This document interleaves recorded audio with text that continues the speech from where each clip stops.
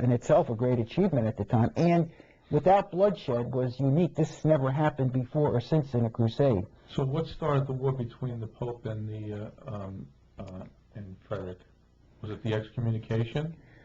Well, as I mentioned before, he was actually excommunicated twice. That didn't help at all, certainly. Frederick dealt with several different popes. He had different relations, some good, some bad, with the different popes. Mostly they were on the bad side, though, rather than good. When he came back from the crusade, he made a temporary peace with the Pope at the time.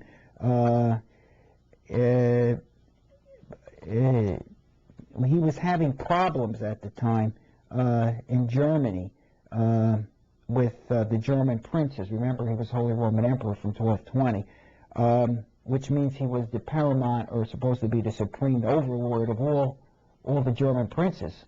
And he was having problems with the German princes. Actually, his son, his eldest legitimate son, who was named Henry, who he had made the King of the Romans. That was his title that he had. When he became Holy Roman Emperor, he made his son King of the Romans, so his son would succeed him as Holy Roman Emperor. However, his son rebelled against him for some trying to seize power for himself, and Frederick, unfortunately, had to imprison his son in 1235 and replace him with his brother, another younger son, Conrad, who had already been crowned King of Jerusalem as an infant. So Frederick had his problems at this time. He was fighting also in northern Italy with a group of cities allied against him. These were called Italian Guelphs, G-U-L-P-H-S. The Guelphs were the papal supporters, and they had allied themselves, several cities, 3 or 4 cities, in what they called the Lombard League. He defeated them at a battle at Cortanova in 1237, and he celebrated with an imperial triumph.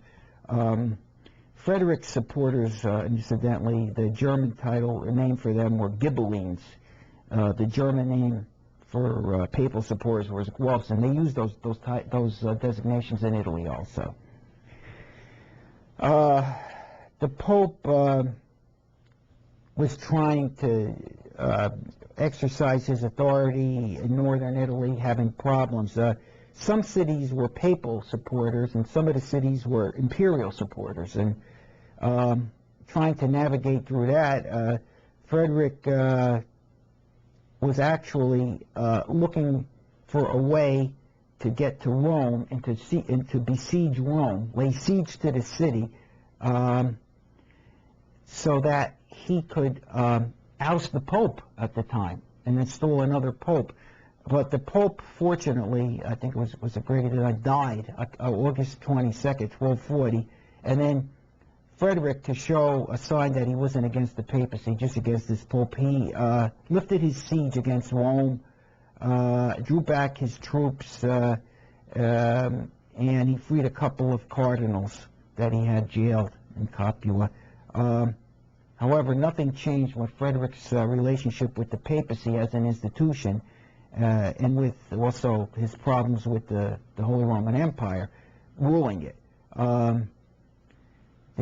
There was like a back and forth type of thing. The Roman troops, those are under the Pope, papal troops, assaulted imperial garrisons in Tivoli. Those were strongholds of Frederick, and went back and forth for years, in 1242 and 1243.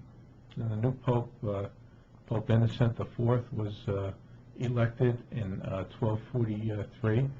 And he was originally, Frederick was originally happy because a lot of his followers were supporters of the Pope. But things started to go sour. Yeah. Yes. The last and the greatest opponent, papal opponent of Frederick, was an individual who took the name of Innocent IV. Pope Innocent IV. He was elected Pope on June 25, 1243. It so happened that Innocent's family, he came from a noble Italian family who had some of his relatives had supported Frederick in the past, members of his family.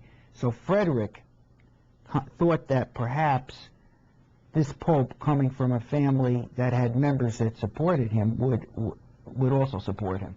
However, it didn't work out that way. Things went bad pretty fast. Things were going. It was like I said, it was going back and forth. Around 1242, 1243, there were cities that rebelled against Frederick. There were intrigues by cardinals. This was a Cardinal Ranieri, for example, of Viterbo. There was some bad stuff. There was an imperial garrison slaughtered November 13. So really, the popes were. It was pretty bad Pope stuff. Innocent was basically a military leader also.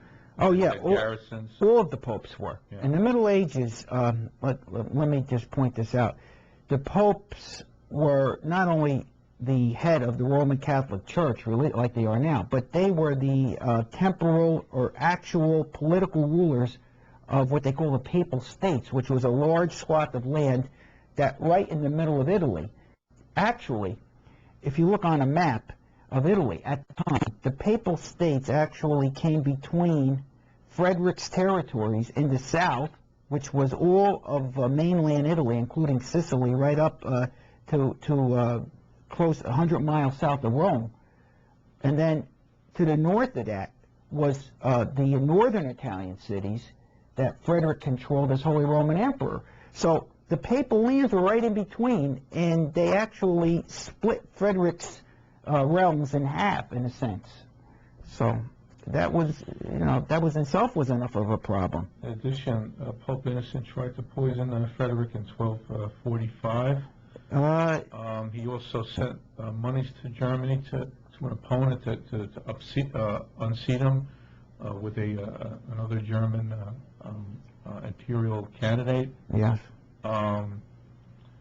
Frederick has there's a picture now of Frederick II's troops being paid with leather coins. It's from the Vatican Library. Could you we'll punch up that portrait? Could you just discuss that a bit? Well, okay. To the best of my knowledge, I'll try.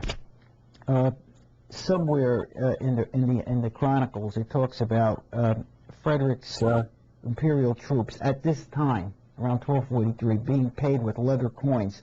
I'm not exactly sure why they paid him, because leather was a very unusual thing to have for a coin. Usually it had to be silver. At the time, they didn't even have base money. Perhaps he ran out of money.